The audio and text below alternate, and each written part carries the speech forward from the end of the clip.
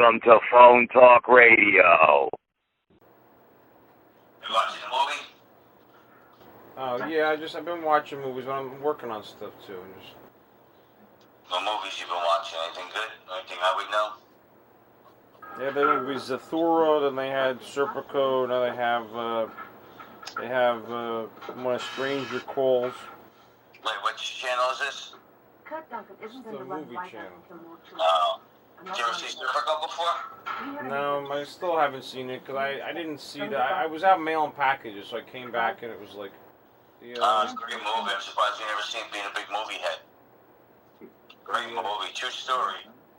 When a Stranger... By the way, did you see the thing about, like, When a Stranger Calls? Have you ever seen When a Stranger Calls? I'm trying to think. I might have. Was Carol Kane in it?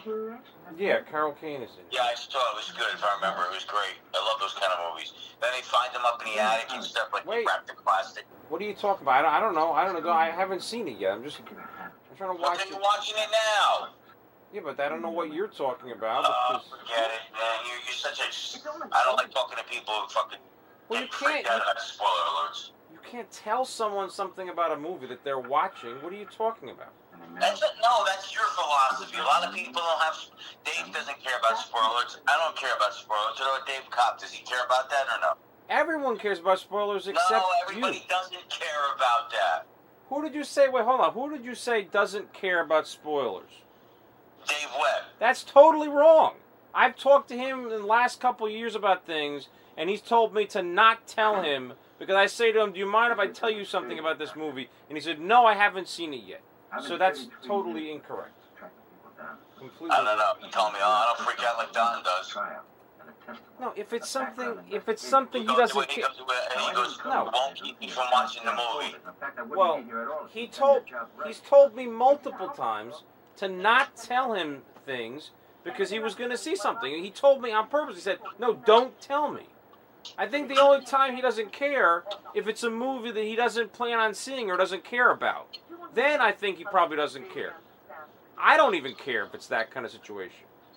But he's told me repeatedly to not tell him things, like on multiple occasions.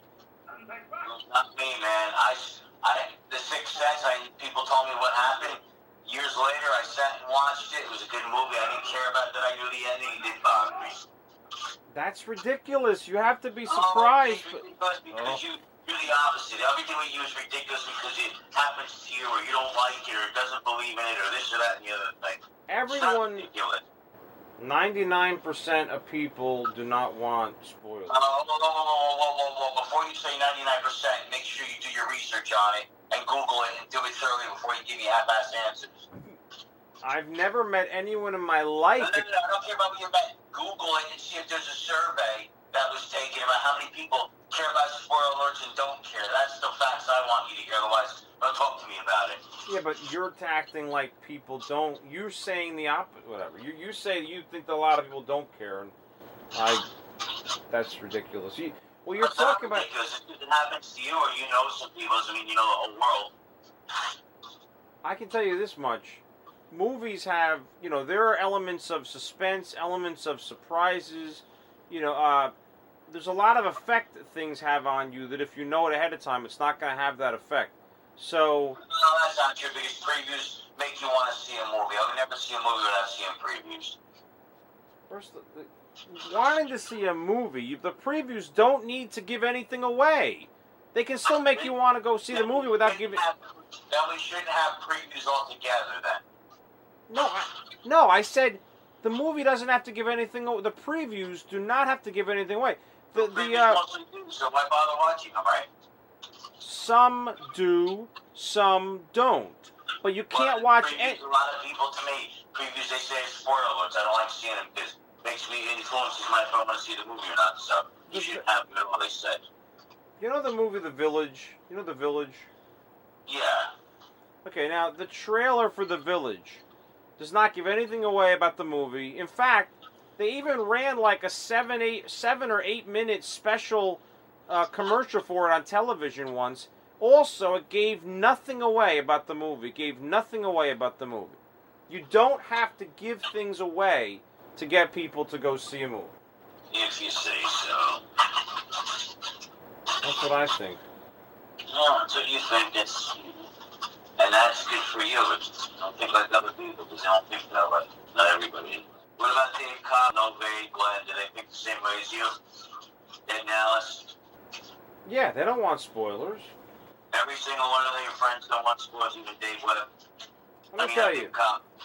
All I gotta tell you is that one time when I went to go see, well, The Incredible Hulk in 2008. There's a movie, The Incredible Hulk, and in that movie, there's that's with Ed Norton, right? Yes, yeah. And the Hulk was like animated or something. Animated? Animated. Like he was in animation or something. The Hulk. Well, the Hulk's always in animation. The only time the Hulk wasn't in animation was the old television show with Lou Ferrigno. What? You know, it wasn't a great CGI animation of it, is what I was told. Okay, well, I'm saying it's always CGI. I don't remember how good or bad it was. But the point is that in the trailers for that movie, one of the things was that they show you something that happens in that movie that's a secret.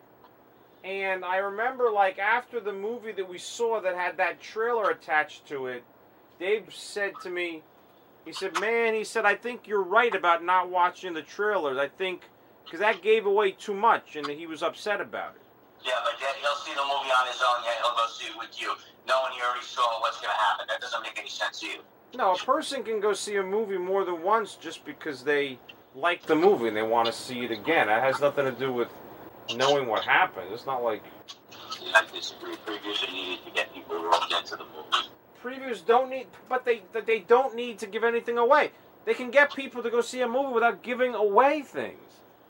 You're not going to give anything away. How about you write and all you spoiler people and form a group and say, do away with previews in movies. We don't want to see them. They give away too much. They spoil for us. We don't want to see the movie after that. Please abolish all previews or we won't go see your movies. No. The idea behind it is not to get rid of trailers. The idea behind what I'm saying is that a lot of people like trailers. They go see movies because of the trailers in the beginning. They like that. I'm not saying that people don't like trailers. The problem is that you can have a good trailer without giving the movie away. It's not about... Okay, Crimson Tide. In the history of trailers, Crimson Tide, probably the worst trailer of all time. It's basically like the Reader's Digest version of the movie. If you watch the Crimson Tide trailer, then you have no reason to watch the movie anymore. The trailer basically replaces the movie. That doesn't bother me. See, like it does you, it doesn't bother me.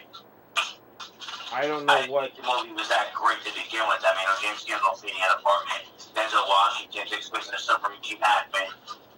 Yeah, but the trailer for that movie, it gives away everything up until the final climactic scene where Gene Hackman and Denzel are fighting about whether or not... How long the trailer? Half hour? No, the trailer's 2 minutes.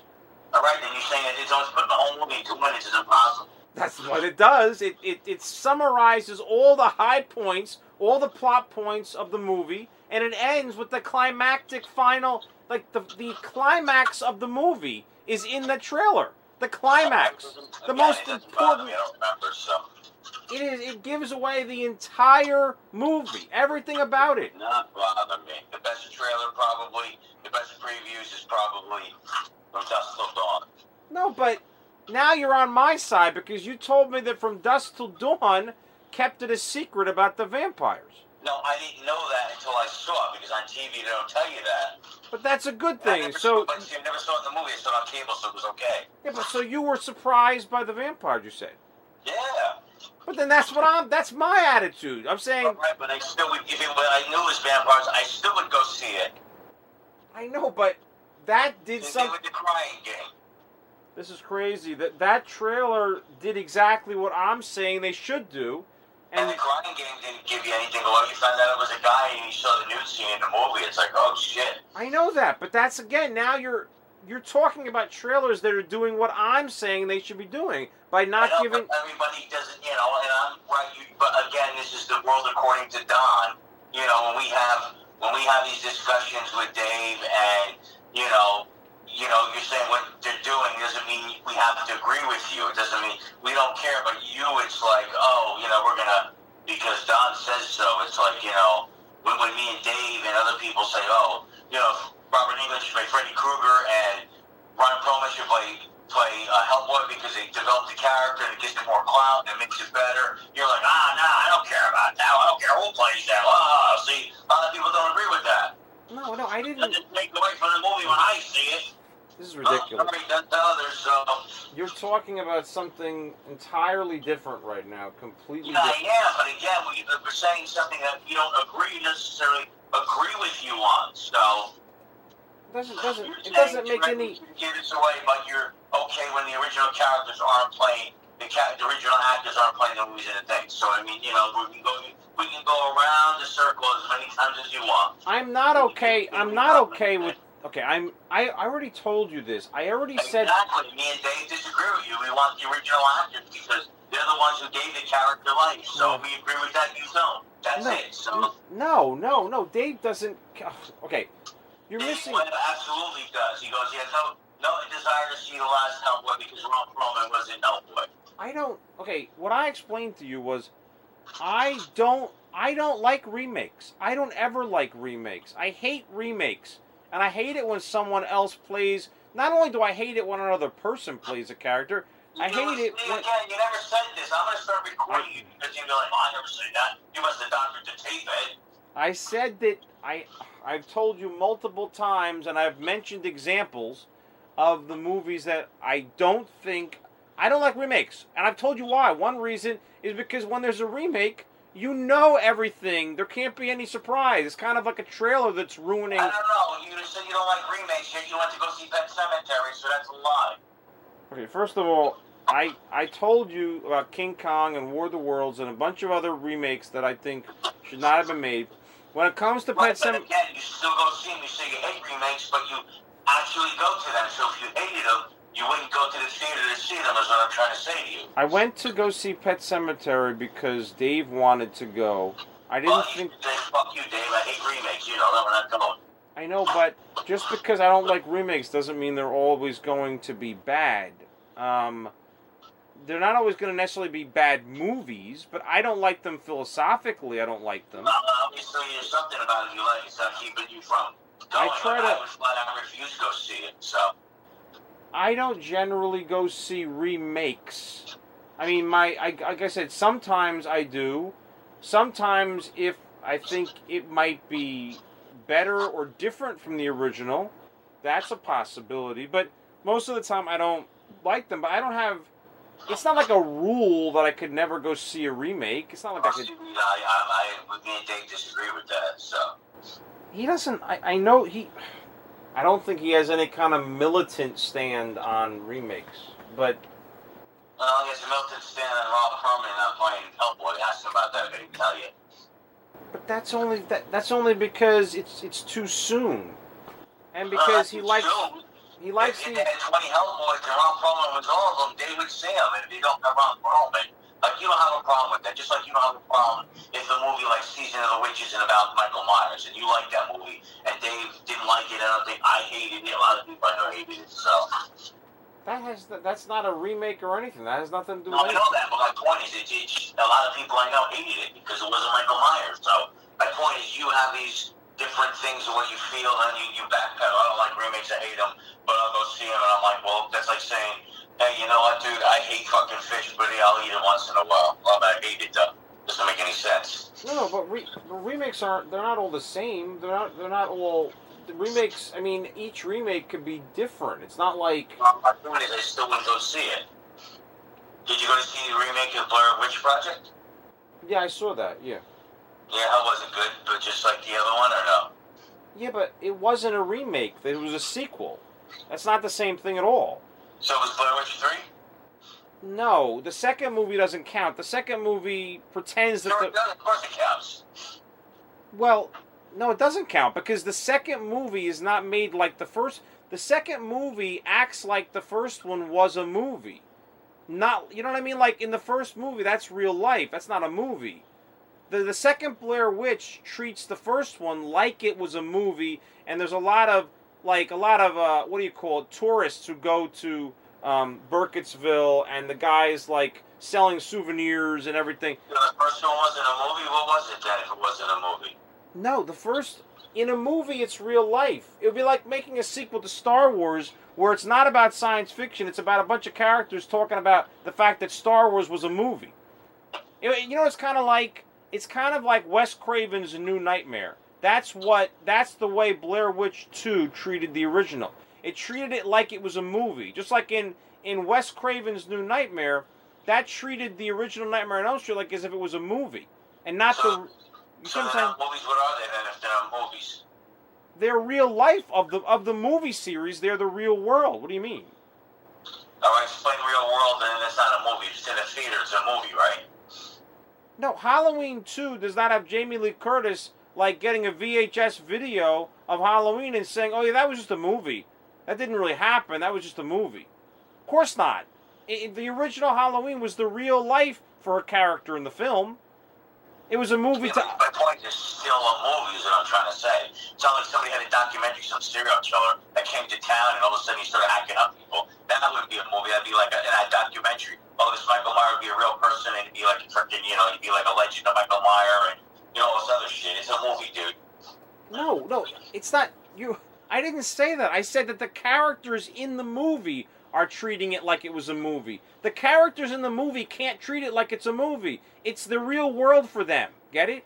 To the characters in the movie, it's the real world. In Blair Witch 2 and in Wes Craven's New Nightmare, the characters in the movie treat the previous movie, not the previous one with Nightmare on Elm Street because it was like 6 movies earlier, but they treat the earlier movie as if it was a movie and not the real world. The movie is a movie to us. It's not a movie to the characters that are in it. To them, it's the real world.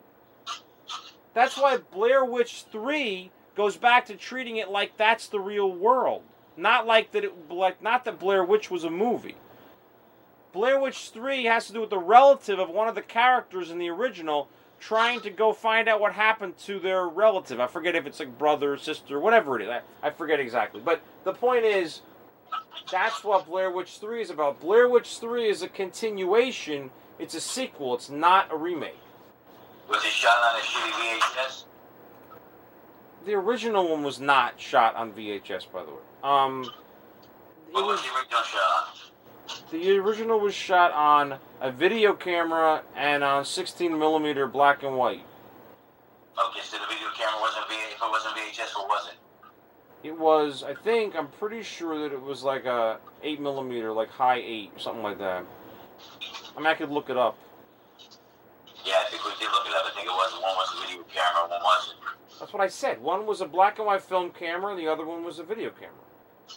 Yeah, but the video camera at that time would be VHS. Or high 8, or beta, or... Well, that's what I just said. I think it was high 8. I don't think it was VHS. High 8 is still like VHS, though. If you're...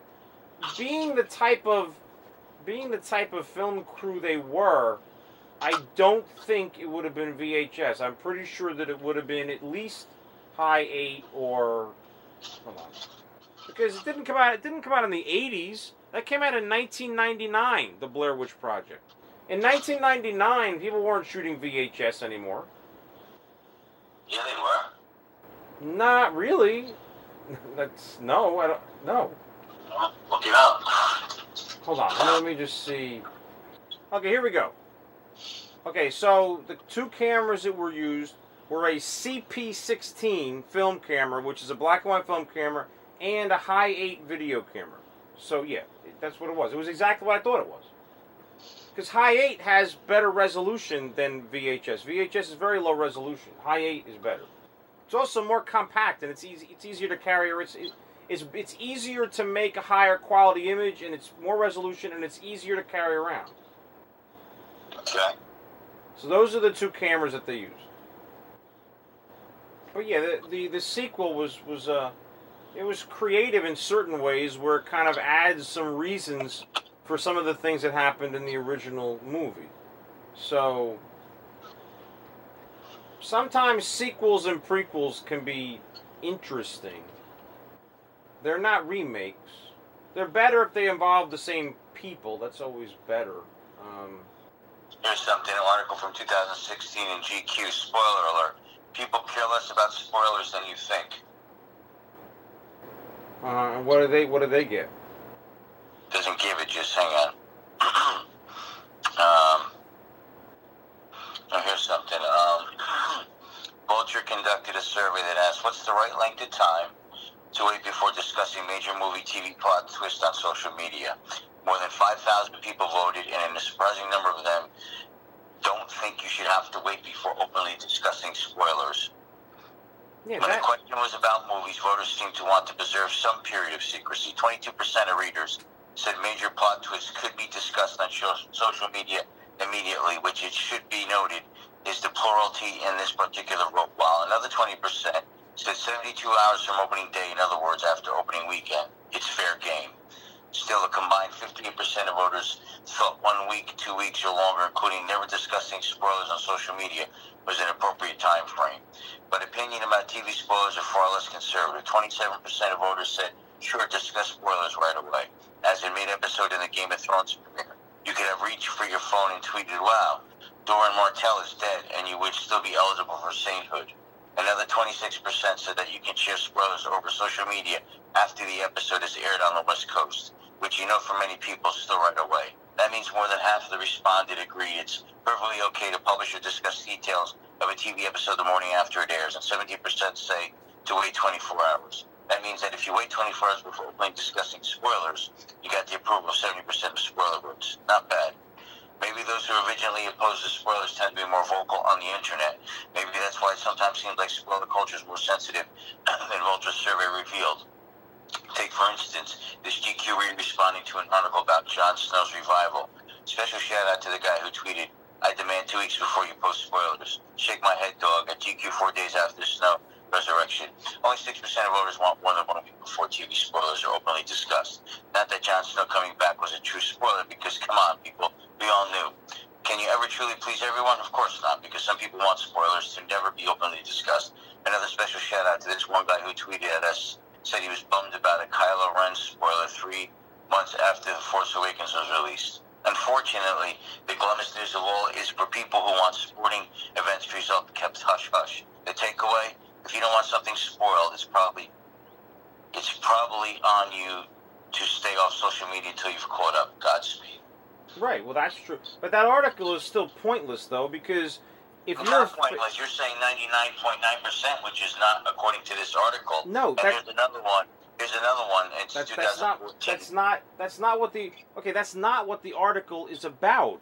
When I used to watch Lost every week, for instance, as soon as the episode of Lost was on, I would discuss it with people, because it's understood that if you're a Lost fan, you see the episode when it comes out, and if you don't see it when it comes out, you see it the next morning or something, you don't look at social media, and you don't talk to other people about it until you have. That has nothing to do with being okay with spoilers. That has to do with the fact that once you've seen it, look, they know that a lot of people, if you're a fan of a movie series or a television show, you watch the television show when it airs, you go see the movie on opening weekend, and if you can't make it, you can't see it when it's live, then you avoid social media or whatever else might give it away until you've seen it. That's common sense. That is not saying it's okay to give spoilers. That would be that article is the opposite of what I'm saying. That would be that article would have to be about if somebody who had inside information on the television show put up the spoiler before the show aired. If someone was able to put up something before the show aired, and the fans who none of which had seen the show yet, then that would mess them up. That's what it's about. That article has nothing to do with what we're talking about. Like, nothing to do with it. There's a survey. Hold on. One. What? From 2018, spoiler. Why people love looking up spoilers. We're living in the age of the spoiler alert. Everyone knows it's bad. It's bad form to spoil a TV show or a film for someone who hasn't seen it by divulging plot details or a surprise twist. But there are some people who go out of their way to read up spoilers, devouring Wikipedia synopsis with as much enthusiasm as most would have for the source material. Why do they do it? And does it actually spoil the story or make it better? It's just a habit I've gotten into. Karina Young, a project manager from Bournemouth, admits the first thing she does when watching a film is whip out her phone, look it up on IMDb and Wikipedia sometimes, missing the first 10 to 15 minutes of the film or reading the synopsis. I never think of it as spoiling, though, just a habit I've gotten to, she says. The 28-year-old is a big fan of the Saw films. When Jigsaw, the latest installment in the franchise, came out last year, she was determined to kick the habit. I vowed not to look it up, save myself for the screening, and enjoy it like it was meant to be watched, she said. But Karina only made it to the snack bar before giving in. We got there early, and while my sister was buying a drink, I read the full synopsis. Karina's not alone. Back when Harry Potter and the Hellboy print was first published, comedian Ross Ballinger from Manchester flicked to the last few pages and, spoiler alert, found out Professor Dumbledore died before she even finished the first chapter. I always click the white out on TV tropes and read spoiler-rific articles on series, she admitted. I heard a big spoiler for the first series of Jane the Virgin, and I'm still enjoying it because it's such a dense series full of people and things you almost forget. Sometimes spoiler hunting is reserved for big series, the ones which dominate the headlines for weeks whenever they air. Student Birdie Kennerly's got to be Englund, said she used to be a chronic binge watcher, but now she doesn't have the same amount of time to watch everything. She'll keep up by looking up spoilers. My worst is Game of Thrones, probably like a lot of people. I've always done it with shows like Poldark, where I've just missed loads and can't face going all the way through and want to just catch up quickly so I can drop back in. Okay, first of all, again, this article doesn't... Okay, if someone doesn't have time to watch a series but wants to keep up on it so they know what's happening, that's different. That's totally because they're not going to watch it. And the other thing is that the people, the one woman who's obsessed with looking up the spoilers, I mean, first of all, people look up spoilers for different reasons. Some people want to ruin it for other people. Like the Harry Potter thing, one of the things about that, my friend told me the other day about Harry Potter, he said that when this book came out, not the movie, but the book, people would drive by lines of people standing online at a bookstore for, like, you know, to get the book when the book was being released on, like, the opening night or whatever. Yeah, And he would drive by and they would give away to kill Dumbledore. Like, they would say, this person killed Dumbledore, and it was a shocking thing about the movie that no one expected. And they did that to ruin it for those people. They did that to be mean, you know. Just like the guy who put on his car, Han Solo dies in Force Awakens, in order, he basically got this stuff all over when Star Wars Force Awakens came out. He put it all over his car to try to... See, if he's doing it to be malicious, and I think somebody, right, I forgot what country it was outside a movie theater and said to people going in, they beat the shit out of the guy. I think I told you about that. That's what I'm saying. I'm saying a lot of these cases... First of all, you don't... If somebody's buying a book and you cause loss of sales, that is horrible. I would never do that. I would want everybody to buy the book because they want to enjoy it. I would never say that because that's a horrible thing to do for the business, for the people. It just, I mean, some people get so into they may jump off a bridge or something. Not that I'm saying it's going to happen, but you never know. It's like... Right. Well, yeah, but I found so online there was a survey done by this website, and it said, how important is it to you that a movie, TV show, or book is not spoiled? And 50% of the people said very important, 30% said somewhat important, and 15% said not important. So in the case of this, I don't know about the other 5%, but in this case, 80% said that it was important, either very important or somewhat important, obviously relative to how important the spoiler was. And then the other 15% said that it wasn't important, but only 15% of the people said that it was not important. Right, okay, and then what was the one before that? The one before, what do you mean? You broke it down to 3%. Okay, so 50%. So 50% said it was very important that the movie, TV, or book should not be spoiled. 30% said that it was somewhat important, and then 15% said not important. But even saying somewhat important means there are things that they would not want to know. Yeah, but it's not like stickler like you are, so you were saying 99.9%. No, you were wrong. Obviously, you were wrong on that, so. That was hyperbole. What I said most people. I said most people don't like having things ruined. And if 50% find it very important and 30% is somewhat important, that puts it past 50% in terms of people that are not wanting things to be. I'm quoting you. You're saying 99% of people or something, but obviously this thing, if this is accurate, it's not. It's less than 99%. I know, but that's hyperbole. It's supposed to be understood that that's hyperbole. Just like when somebody says everyone thinks this or everyone feels like this, it's not everyone. It's never everyone. I mean, it's always just it's a figure of speech, you know. Well, check this one out. Here's this. And this is from 2019. Okay. Listen to this one. Now, if you think I'm fucked up, this guy's more fucked up. Gary Thompson, film critic for the Philadelphia Inquirer, recently wrote about the anniversary of M. Night Shyamalan's The Sixth Sense, and he issued a spoiler alert for a 20-year-old movie before referencing the film's now iconic twist. An angry reader chewed him out for revealing the surprise. Right. Okay. 20 years later. 20 years later. Yeah, this is the last year. This article. Well, look. The thing about it is, when it comes to spoiler alerts and stuff, here's the thing. 2001, they released the Planet of the Apes DVD box set. And that was 33 years after the first movie came out. The first movie came out in 1968. So 2001 was 33 years later. Now, on the box set display, and on the cover of the box set, they have like this beautiful graphic of the Statue of Liberty with Taylor, like, I don't even know if Taylor's in the picture. It might only have the Statue of Liberty. But I think he might be like kneeling before it, like the final scene of Planet of the Apes. Now, of course, in the movie Planet of the Apes, the secret is that you think that they've traveled to another planet where apes, are in charge and are like the humans of the planet. But really, in the movie, what happened was that they landed back on Earth, and this is the future, and there was a nuclear war, and everything was destroyed, and that's why, that's why the Statue of Liberty is there. So, the point is that the question there, that I discussed that with some people where I worked when that happened, and we were discussing, is it okay, was it okay for them to give away the ending of the first movie, which is like the best movie, 33 years later, when there are still children and people growing up who never saw Planet of the Apes. So why would you put that up like as a big graphic visual in a store when someone may have never seen the movie? And that's complicated. It's like, how out in the open? I can understand someone writing an article where you'd have to search it out to read it on purpose.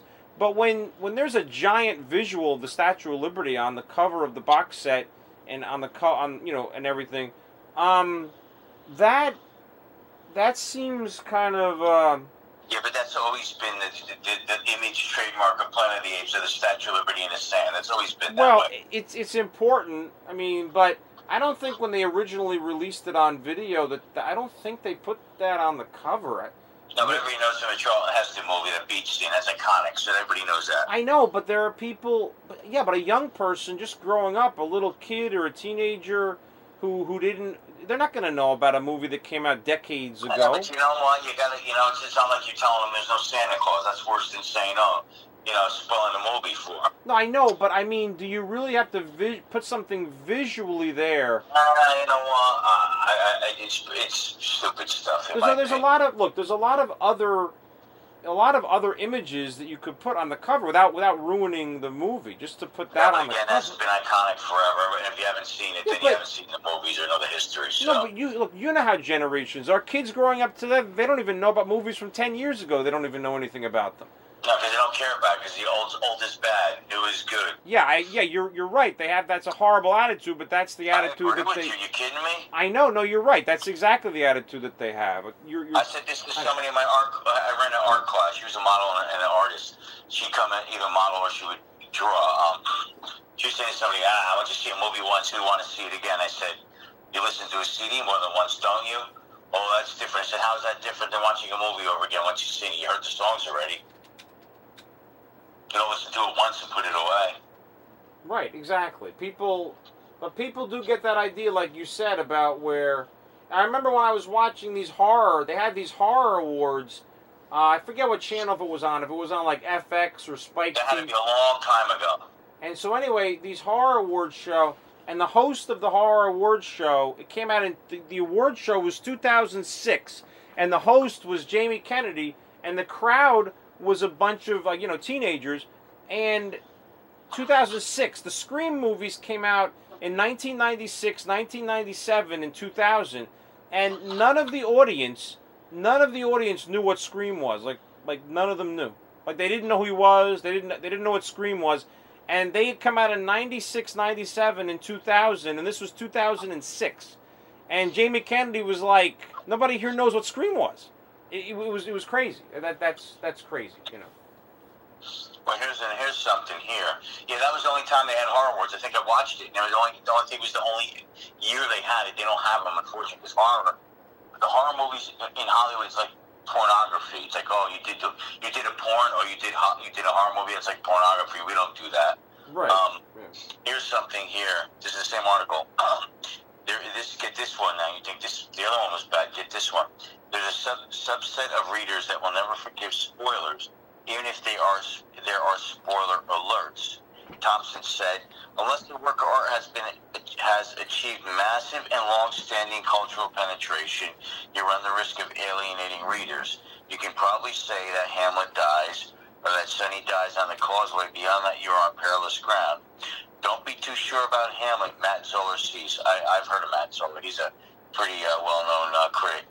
Senior television critic for New York Magazine and editor at large for RogerEbert.com said that a reader recently went after him on Twitter for revealing the ending to that more than 400-year-old play.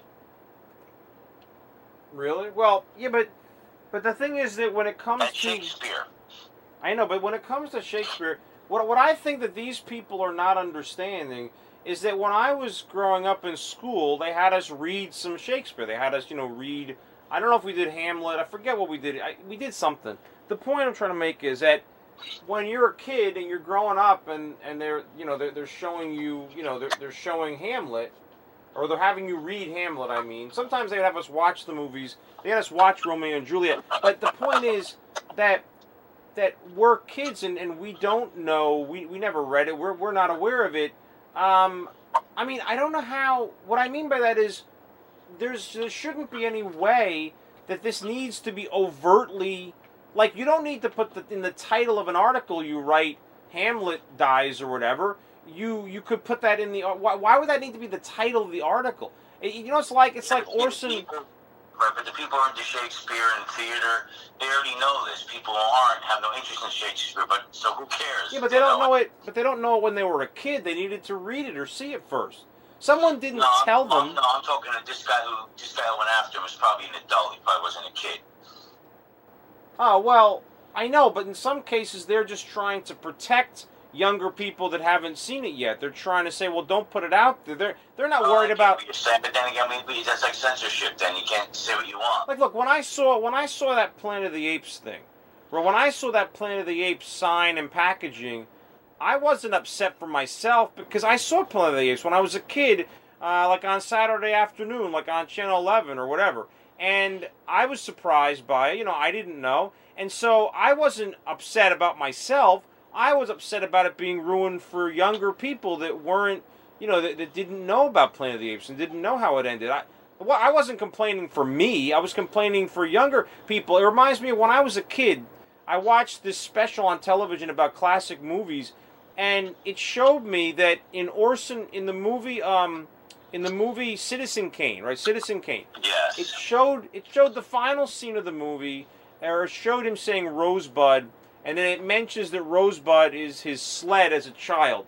And that was, to me, that was a horrible thing for it to do because I was a little kid. I was maybe like 6, 7 years old. I had never seen Citizen Kane. So years later, when I watched Citizen Kane, the entire movie is about characters trying to figure out what Rosebud is. That's what the entire movie is about. And there's flashbacks to all these different parts of his life where the press and the public are obsessed with trying to figure out what Rosebud means, why was Rosebud his last word, and that made the movie like so pointless and boring to me because I knew what Rosebud was.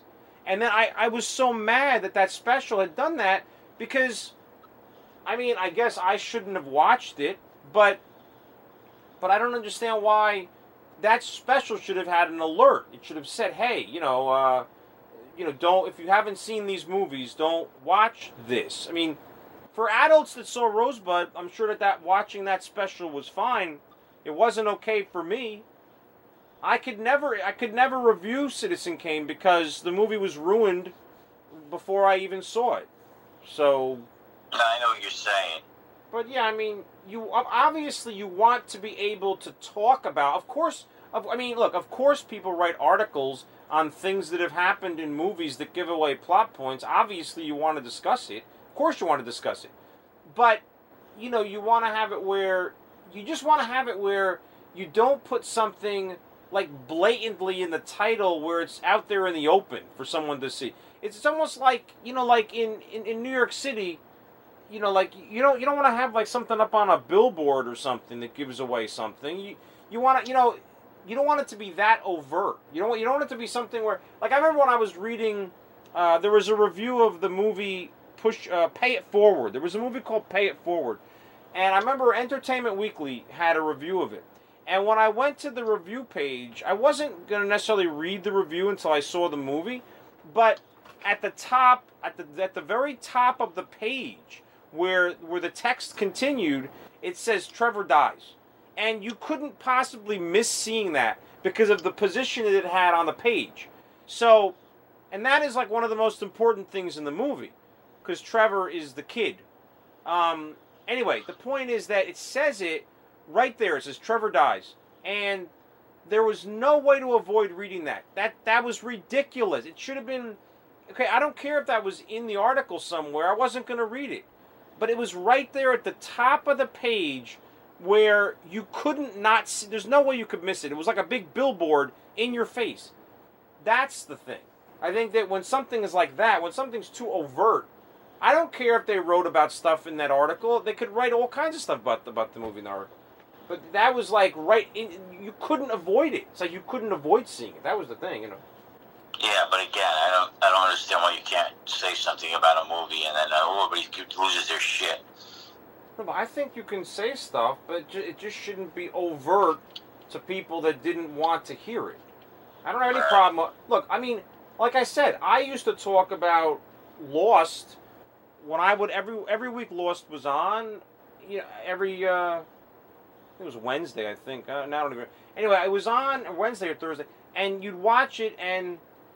You know, after each week I would watch it, and after it was on, I would immediately discuss it with people, and people would talk about things. And even on social media, sometimes people would talk about it right after something happened. You know, like they would, you know, if something big happened, they would just start the discussion immediately. But if you're a real fan of the show, you're going to be watching it live, and if you're not watching it live because you can't for some reason, then you stay away from any of those conversations until you've seen it.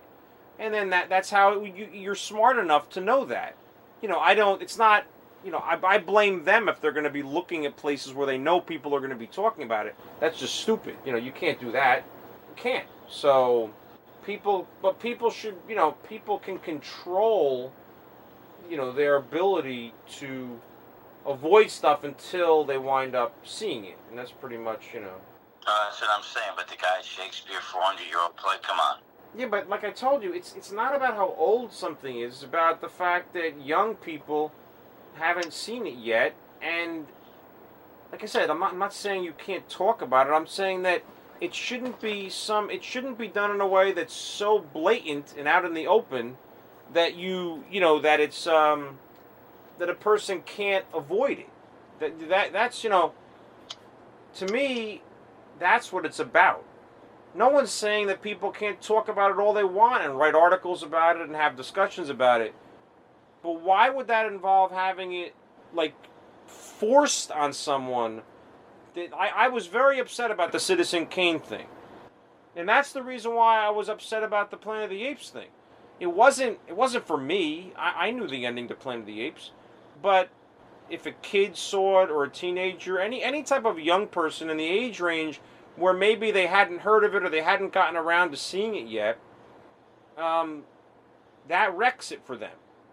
And I don't see the point in that. I don't see the point, even if it's old, in having it was, you know, being wrecked for someone. I don't know. So we shouldn't review movies at all and not say what happens in the movies? Is that what you're saying? Well, most movie reviewers don't give away most movie reviewers do not give away spoilers, meaning that you can very easily explain to someone what a movie is about, and you can explain characters, and you can explain certain aspects of the movie without giving away some stuff that happens in the third act. Key things. People dying or this or that or whatever it is. You don't you can when you do a movie review, there's a lot of stuff you can talk about without giving away. I mean, there's in any movie or television show or whatever, there's not a lot of big surprises or plot points or developments. Usually there's only like a couple climactic surprising things. And so those are the only things to avoid. I mean, those are the only things that people don't talk about. That's it. Not you could there's a lot of things you can talk about without giving anything away that's important. People that don't want spoilers, like they don't want to know that Darth Vader tells Luke Skywalker that he's his father at the end of Empire Strikes Back. They never put that in the trailer for Empire Strikes Back. That would have been absurd. But today, maybe they would. That's what people complain about. I mean, you can easily advertise Empire Strikes Back without showing Darth Vader tell Luke Skywalker that he's his father. So, I mean, you could do plenty of stuff. You can show the scenes with the AT-ATs. You can show the asteroid field and the Millennium Falcon flying. There's a whole bunch of stuff you could show and talk about without giving away that one thing, right? I mean, that one thing is like probably the only thing that you shouldn't say. That's like the only spoiler of the entire movie. I mean, there's not much else in the entire movie that would be a spoiler. Just that one thing. And that's what I mean. That's the one thing people would be upset about. And maybe like they never showed Yoda. They kept Yoda's look a secret, so when you went to go see the movie, that was the first time you saw Yoda. Those are the only two things, really. The way Yoda looks and the Vader being Luke's father. Those are the two things that you never saw in any commercials or anything like that, So to me, it doesn't restrict people. I mean, I'm sure that I don't think any movie reviewers gave that away in their movie review in 1980. I highly doubt that, No, but my point is, you should be able to, the 20-year-old movie say what happens and not have somebody freak out. I agree that you should be able to say what happens, but like I said before, it shouldn't be in it shouldn't be in a way that other people that haven't seen it can't avoid. It's got, I mean, obviously you can talk about it. Obviously people talk about all kinds of important, plot developments from movies that are old. But it shouldn't be somewhere where it's so like out in the open that people who didn't see the movie see it and they can't avoid it. That's the issue people have. Like on, the Internet Movie Database, they used to have those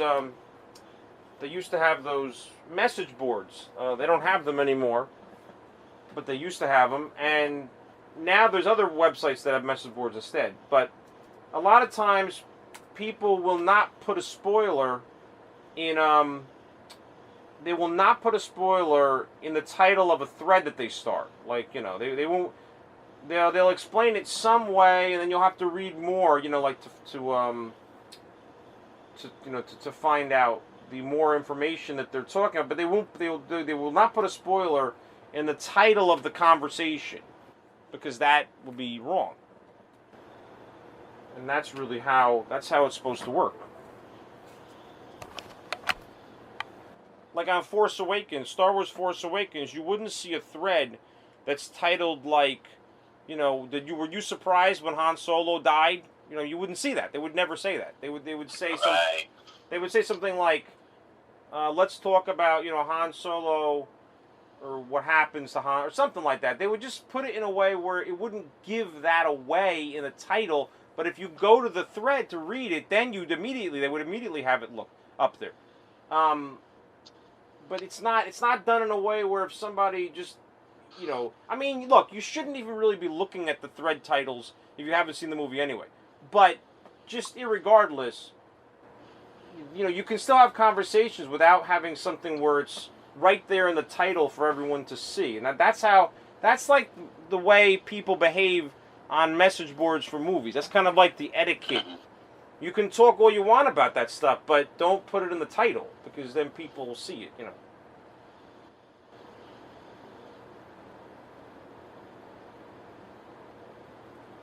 I hear you. But still. I think that, it's funny though how many friends of mine where we've been in the theaters and my friends will actually tell me that, after the movie they'll tell me about a trailer that they saw before the movie started where they're mad now that they watched the trailer, you know. Oh, well. Because they didn't listen to me. And then the funny part is that I say to them, okay, well, you know you shouldn't do it anymore. And then they're like, yeah, but I still want to do it. You know, I'm like, you just told me that you're upset. It's just funny. It's very funny. It's like they don't want the spoilers, but they still want to watch the trailers. And I said to them, well, okay. I said, that's the risk you take then. That's a risk, you know. If you want to watch the trailer, you're risking it, so. I mean, I don't really, it's funny, because sometimes I'll watch like the first 30 seconds of a trailer, because I know they won't give anything away by that point, so I'll watch a little bit of it, you know. I mean, look, there's a very simple rule that would fix trailers, and that is, in a trailer, you can't show anything that happens after the halfway point of the movie. An even better rule would be you can only show stuff that happens in the first act, which is like the first third of the movie. That's the best rule. The best rule would be you can only show stuff from the first act of the movie. All movies have 3 acts.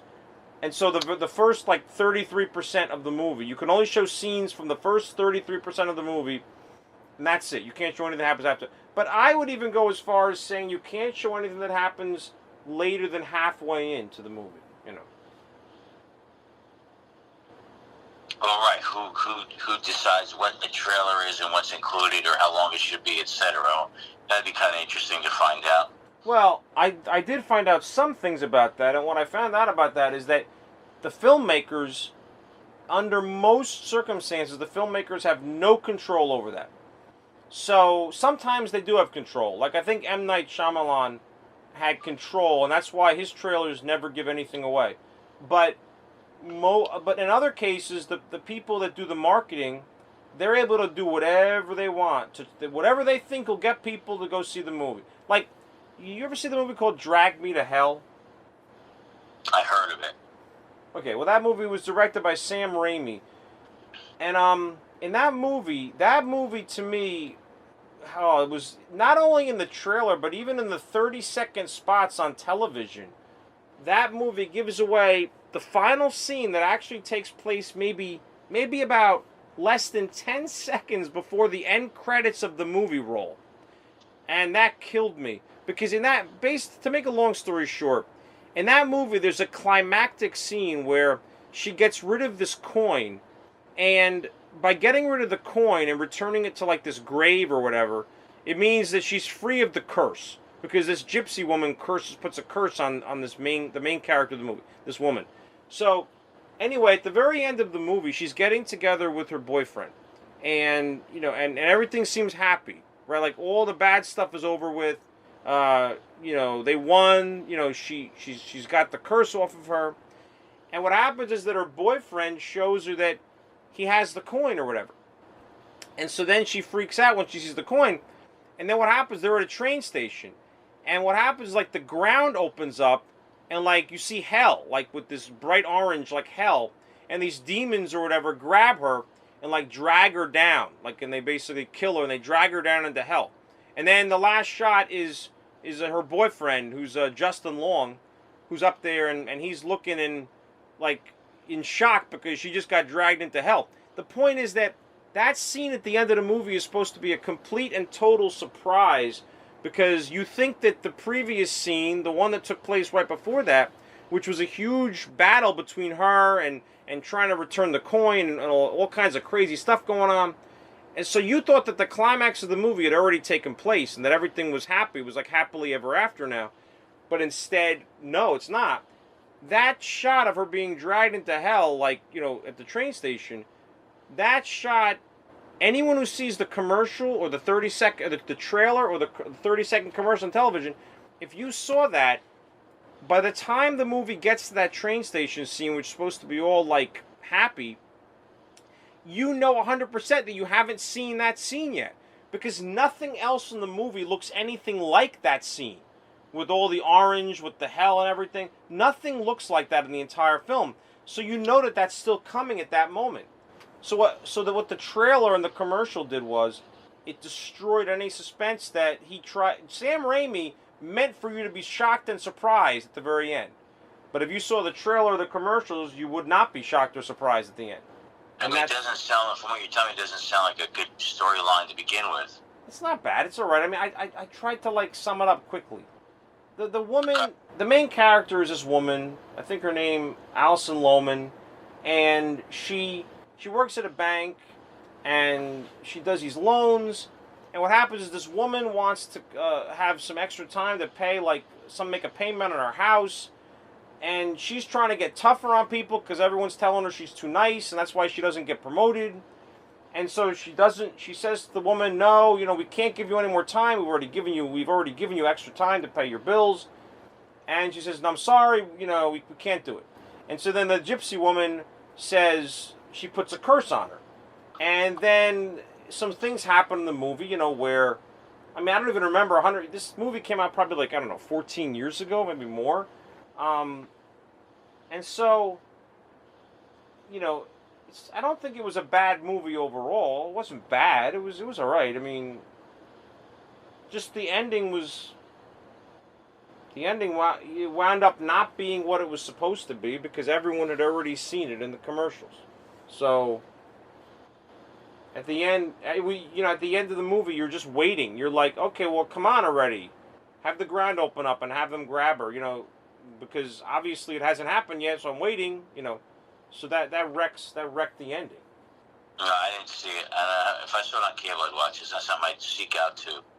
This concludes another broadcast of Phone Talk Radio. Thank you for listening.